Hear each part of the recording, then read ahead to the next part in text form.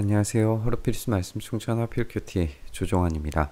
오늘 함께 나눌 하나님 말씀은 민수기 21장 1절에서 20절까지 말씀입니다.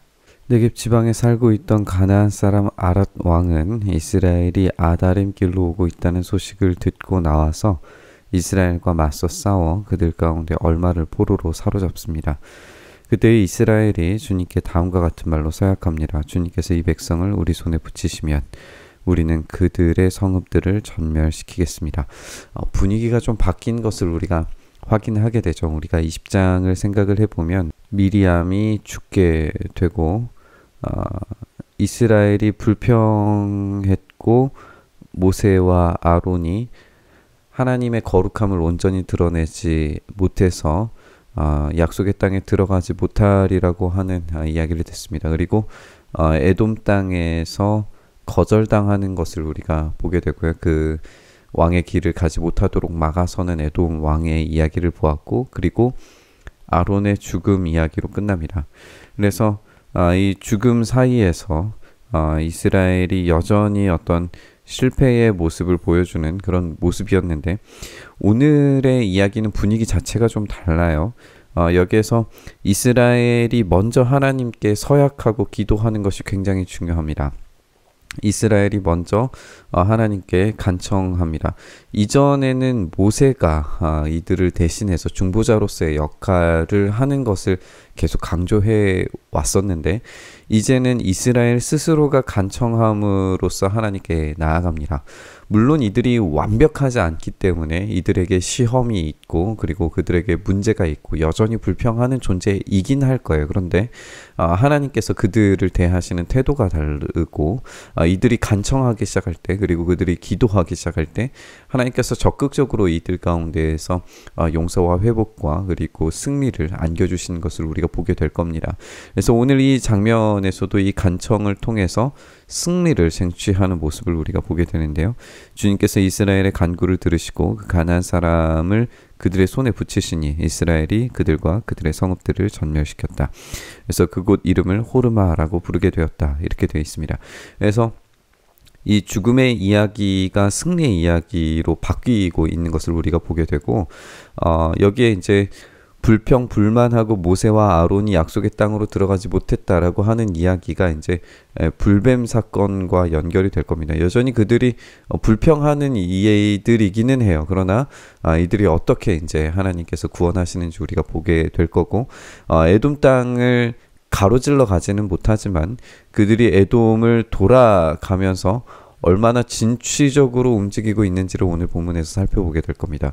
그리고 이 아론의 죽음 이야기가 이제는 바산왕 시혼과 옥에 대한 승리로서 승리의 이야기로 이제 바뀌게 되는 걸 보게 될 겁니다. 그래서 죽음의 이야기는 승리의 이야기로 바뀌게 되고, 거절과 불평으로 약속의 땅에 들어가지 못하는 이들의 이야기는 하나님의 용서와 회복의 이야기로 변하게 되는 것을 우리가 확인하게 될 겁니다. 그러니까 20장과 21장은 아주 이 구조 자체가 거의 동일한 어떤 순서들을 우리가 보게 되면서 이스라엘이 어떻게 지금 변화되고 있는가, 그들이 어떻게 약속의 땅에 들어갈 만한 존재들이 되고 있는가를 보여주는 본문으로 변화되게 될 겁니다. 그들은 에돔 땅을 돌아서 가려고 호르산에서부터 홍해길을 따라 나아갑니다. 길을 걷는 동안에 백성들의 마음이 몹시 조급해집니다. 그래서 백성들은 하나님과 모세를 원망합니다. 역시 여전히 이들은 원망합니다. 그래서 우리를 어째서 이집트에서 데리고 나왔습니까? 이 광야에서 우리를 죽이려고 합니까? 먹을 것도 없습니다. 마실 것도 없습니다. 이 보잘것없는 음식, 하나님의 은혜의 음식을 이런 식으로 평가하는 굉장히 모욕적인 이야기를 지금 하고 있는 이들입니다. 이것이 진저리가 납니다 라고 이야기하자 주님께서 백성들에게 불뱀을 보내셨어요. 그것들이 사람을 무니 이스라엘 백성이 많이 죽게 됩니다. 그런데 여기에서 이전 같았으면 모세가 등장해서 엎드려 기도하는 장면이 등장했어야 할 것 같은데 오늘 이 장면에서는 백성이 모세에게 와서 간구합니다. 그러니까 그들 스스로가 이제는 반역자의 입장에서 하나님께 직접 간구하고 돌이키고 정결의 삶으로 나아가려고 하는 이들로 변화되고 있다라고 하는 어떤 힌트들을 여기서 발견하게 되는 것 같아요. 백성들이 직접 모세에게 와서 간구합니다. 주님과 어른을 원망함으로써 우리가 죄를 지었습니다. 이제 이들은 드디어 이 죄를 반복하다 보니까 이게 어떤 구조로 하나님께서 용서하시고 이끌어 가시는지를 깨달았는지 이들이 직접 모세를 찾아와서 하나님께 간구하는 이런 모습을 보게 됩니다. 물론 이제 중보자가 필요해요. 그들이 직접 하나님 앞에 나아갈 수는 없습니다. 그러나 이 백성들이 이 모세에게 중보자에게 와서 자신들의 죄를 고백하고 중보자는 하나님께 간구함으로써 하나님께서 해결책을 백성들에게 주시는 것을 우리가 보게 됩니다. 우리에게서 이 불뱀이 물러가게 해달라고 주님께 기도해 주시기를 바랍니다. 그래서 모세가 백성들을 살려달라고 마침내 기도합니다. 순서가 여기에 백성들이 간구했다가 굉장히 중요한 핵심이었습니다. 주님께서 모세에게 말씀하시기를 불뱀을 만들어서 기둥 위에 달아놓아라. 물린 사람은 누구든지 그것을 보면서 살게 될 것이다 라고 하나님께서 말씀하십니다. 사실 이 광야에서 어떤 이 노스로 만든 어떤 불뱀을 만드는 것, 이 구리로 뱀을 만드는 것 자체가 불가능해 보이기도 합니다. 그런데 우리가 생각을 해보면 지금 이들이 가나안 지역을 이동하고 있고 가나안 지역에서 이 뱀이 치료의 어떤 신으로 섬김을 받았었다라고 하는 것을 우리가 생각을 해볼 수 있어요. 그러면 이들이 지금 어떤 이교적 행위를 하고 있는가 질문이 들기도 합니다. 그런데 우리가 이 본문을 좀 바꾸어서 생각을 해보면 그들은 지금 이 뱀을 치료자로서 여기는 어떤 상징물들을 가지고 있었을 거란 말이에요. 그런데 그것을 가지고 있어도 그들이 치료를 받지 못해요. 그것이 능력을 발휘하지 못합니다. 그것은 그냥 이스라엘에게 있어서 사실 뱀이라고 하는 것이 매우 불길한 상징이잖아요. 약속의 아들을 상하게 만드는 아주 불길한 존재인데 이 불길한 존재를 다른 이들이 어떤 도구화시켜서 신으로 섬기고 있단 말이죠. 이제 그걸 하나님께서 바꾸시는 겁니다. 뒤바꾸시는 거예요. 이것을 치료를 제공해 주는 이가 누군가. 이 불길한 불길한 상징물을 하나님께서 치료의 도구로 그리고 이교의 상징을 치료의 도구로 삼으심으로써 이 핵심이 뭐냐면 이들이 지금 하나님을 찾고 있고 하나님께 용서를 구하고 있기 때문에 진짜 치료는 이교도의 어떤 신들이 아니라 오로지 하나님께서 치료하신다라고 하는 것을 이들 안에서 경험되게 만드시려고 했다는 거예요. 그리고 지금 이들이 불뱀을 기둥 위에 달아 놓으라고 했는데 그렇다면 이제 이 기둥 위에 달린 놋뱀이 어디에 있으면 사람들이 보기에 편했을까? 그 당시에 어떤 진영의 구조를 생각을 해보면 당연히 가운데 이제 회막이 있기 때문에 성막이 있기 때문에 이 성막 가운데에 만약에 놋뱀이 세워져 있었다면 진영의 모든 사람들은 하나님을 향하여서 눈길을 돌렸을 때에 치료를 받게 되는 걸 겁니다. 그러니까 이것은 도구적이기는 하지만 이들이 하나님을 바라볼 때 치료를 받을 수 있다라고 하는 아주 핵심적 진리에 도달하게 됩니다. 모세는 구리로 뱀을 만들어서 그것을 기둥 위에 달아 놓아요. 뱀이 사람을 물었을 때에 물린 사람은 구리로 만든 그 뱀을 쳐다보면 살아났습니다. 지금 여기에 쳐다보면 살아났다. 이것은 단순히 행위적인 돌이킴이기도 하지만 이것이 믿음의 행위가 전제되어야 된다라는 것을 우리가 기억해야 됩니다. 믿음이 있어야 그것을 바라볼 수 있는 마음이 생겨야 보게 되고 보았을 때 바로 비로소 치료를 받기 때문에 이것은 나누어지는 모습이 아니라 하나로 결합된 행위로 드러나야 하는 것이었어요. 그래서 이 뱀을 쳐다보면 하나님이 계신 곳을 향해서 눈길을 돌리면 이들은 실제적으로 그 노뱀을 보지 못했더라도 치료를 받았을 겁니다.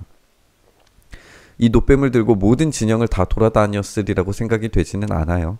그러면은 60만, 200만이 넘는 어떤 사람들의 이 회중들이 있는데 그 안에서 기둥에 높이 세워진 그것이 희미하게 보이고 잘 보이지 않더라도 이것을 쳐다보는 즉시 그 방향성을 돌리는 즉시 어떤 치료를 받게 되는 이미지들을 우리가 생각을 해볼 수 있습니다. 이렇게 하나님께서 이들, 지금 회개하는 이들, 다시 돌아오는 이들에게 어떠한 은혜를 베풀고 계시는지 우리가 확인을 해볼 수가 있습니다. 그리고 난 다음에 이제 이스라엘 사람들이 행진한 기록들이 등장을 해요. 이스라엘 자손은 그곳에서 떠나서 오봇에 이르러 진을 치죠. 이에 바라림에 이르러서 진을 칩니다. 모압 맞은편 해 돋는 쪽 광야입니다. 또 세렛 골짜기에 이르러서 진을 치고 아르논 골짜기에 이르러 북쪽 강변을 따라 진을 칩니다. 이곳은 아모리 사람의 경계로 이어지는 광야였어요. 아르논 강은 모압과 아모리 사이에 있는 모압의 경계까지 나아갑니다. 그러니까 지금 이들은 굉장히 전투적으로 진격하는 모습을 우리가 보게 됩니다. 이들의 행진은 어떤 거절, 에돔 사람들의 어떤 거절과는 전혀 다른 모습을 보여주게 되는 거죠. 이들이 지금 이 경계선을 따라서 움직이고 있는 동안에 이들은 마치 어떤 거룩한 군사가 되어서 행군을 하고 있는 중입니다. 물론 이들의 목적은 지금 여기 아모리 사람의 경계와 모압과 이 시온을 정복하기 위한 목적이 아님에도 불구하고 이제 이들이 오히려 이스라엘에게 굴복하게 되는, 그래서 이스라엘이 승리하게 되는 승리의 행군을 하게 되는 진취적인 모습을 우리가 보게 되는 거예요. 그래서 주님의 전쟁기에도 다음과 같은 말이 있다. 물론 이제 주님의 전쟁기라고 하는 책은 유실된, 지금은 전승되지 않는 책입니다. 우리가 이 책의 내용을 알 수는 없어요. 그러나 이게 지금 주님의 전쟁기라고 하는 이름을 가지고 있었던 것으로 우리가 살펴봐서 이제 드디어 이스라엘의 전쟁이 아니라 하나님의 전쟁이 이루어지고 있음을 이들이 인식하고 기억하고 그 일들을 수행하고 있다는 것을 우리가 확인해 볼 수가 있습니다. 수바 지역의 와합 마을과 아르논 골짜기와 모든 골짜기의 비탈은 아르골로 뻗어 있고 모압의 경계에 다 있다. 그들이 직접 움직였던 모든 도성들을 이제 기록했겠죠.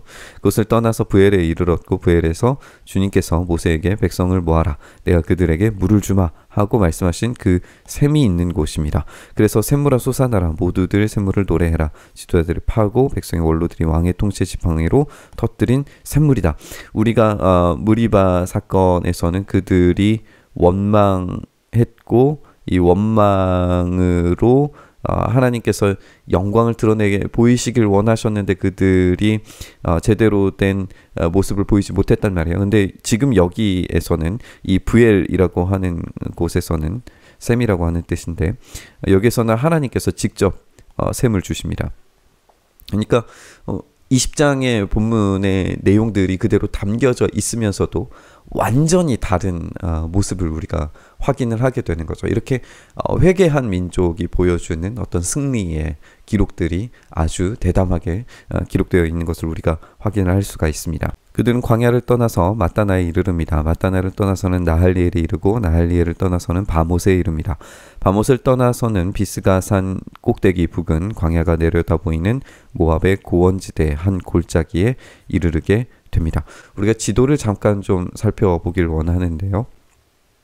지금 여기가 지금 이스라엘이 이동한 경로로 보여지는 곳입니다. 우리가 함께 살펴봤었는데 지금 가데스 바네아에서 이 호르산에서 아론이 죽었고 그리고 호르마에서 이제 함께 싸움이 일어나서 우리가 앞부분에서 읽었던 21장 1절에서 3절까지의 내용이었죠. 여기에서 이제 승리를 거두는 모습을 우리가 확인해 봤어요. 그런데 여기서 싸우고 약속의 땅으로 곧바로 올라가지 못하고 다시 이 아래쪽 길로 내려오는 것을 우리가 확인을 했습니다. 이 홍해의 길을 내려오았기 때문에 이들이 불평할 수밖에 없었고 그들이 불뱀에 물리는 것을 우리가 보게 됩니다. 그러나 지금 여기 이 에시온 게벨에서부터 올라가는 다시 이 여정은 이제는 이 불평하는 방향성이 아니라 다시 하나님의 약속을 따라서 승리의 군대로서 행진하는 모습을 우리가 보게 됩니다. 그래서 이에 아바림으로부터 해서 이 위쪽까지 올라가는 모습을 우리가 쭉 보게 될 겁니다. 그래서 우리가 지금 보고 있는 장면에서는 지금 이곳까지 이동한 것을 우리가 보게 됩니다. 이 지역에서 이제 이 모압 고원지대에서 곧 전쟁이 일어나게 될 것이고 이 동쪽 지역이 어떻게 정복되었는지에 대한 이야기를 우리가 내일 읽게 될 겁니다. 그래서 이들이 약속의 땅 이 동쪽에서 하나님이 주시는 승리의 행진을 함으로써 이제 드디어 이들이 약속의 땅을 차지할 만한 충분한 모습과 자격을 갖춘 군대로서 등장하는 것을 우리가 확인을 해보게 될 겁니다. 오늘 우리가 읽은 본문에서 이스라엘 백성들의 이 변화를 우리가 깊이 생각해 봤으면 좋겠습니다. 이들이 회개했고 돌이켰고 하나님을 향하여서 간구했을 때에 하나님의 회복과 치유와 놀라운 은혜의 역사들이 일어나는 것을 보게 되고 그들을 하나님께서 승리의 군대로 이끌어 가시는 것을 우리가 확인을 해보게 됩니다. 우리도 마찬가지인 것 같습니다. 이 불평의 방향성을 바꾸어서 하나님께 우리가 여전히 불만과 이 원망이 터져 나오는 삶에 놓여져 있을 수도 있죠. 우리가 이 다음 본문들에서도 계속 살펴보겠지만 이들이 그렇다고 해서 완전히 회개한 존재들, 완전히 변화한 존재들이지는 않습니다. 그들이 여전히 이 음행에 걸려 넘어졌고 시험에 넘어지는 모습들을 우리가 보게 됩니다. 그럼에도 불구하고 하나님께서 이 변화되어가는 이들 새롭게 사용하시는 어떤 일들을 우리가 확인하게 되면 결국에는 이들 가운데서 작은 믿음으로 바라보기만 해도 그것을 치유와 승리로 바꾸시는 하나님의 역사를 보게 되었다는 것을 우리가 기억해 봤으면 좋겠습니다.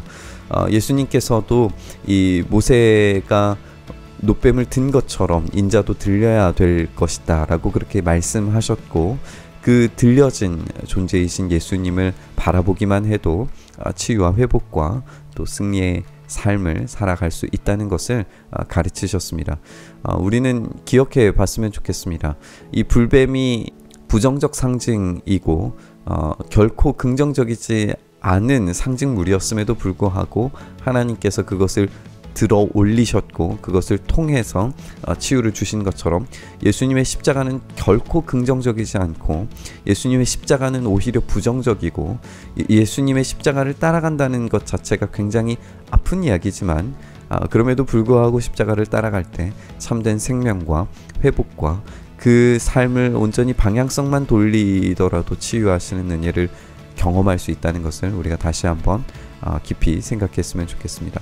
오늘 우리의 방향성을 바꾸어서 회개의 자리로 그리고 십자가를 바라보는 삶으로 나아가서 치유와 회복과 승리의 삶을 살아갈 수 있게 해달라고 함께 묵상하며 기도했으면 좋겠습니다. 주님, 우리가 그렇게 변화되길 소망합니다. 원망의 삶에서 이제 변화되어 나는 죽고 오직 예수 그리스도께서 사시는 그 인생으로 우리의 삶의 방향성이 변화되기를 소망합니다. 주님, 우리를 긍휼히 여기셔서 오늘 그런 삶을 살아갈 수 있도록 붙들어 주시고 그런 삶에 놓인 우리의 삶에서 참된 회복과 진리를 발견하는 삶이 되게 하여 주시옵소서. 이렇게 우리의 삶 붙드시길 소망하며 예수님 이름으로 기도드리옵나이다. 아멘.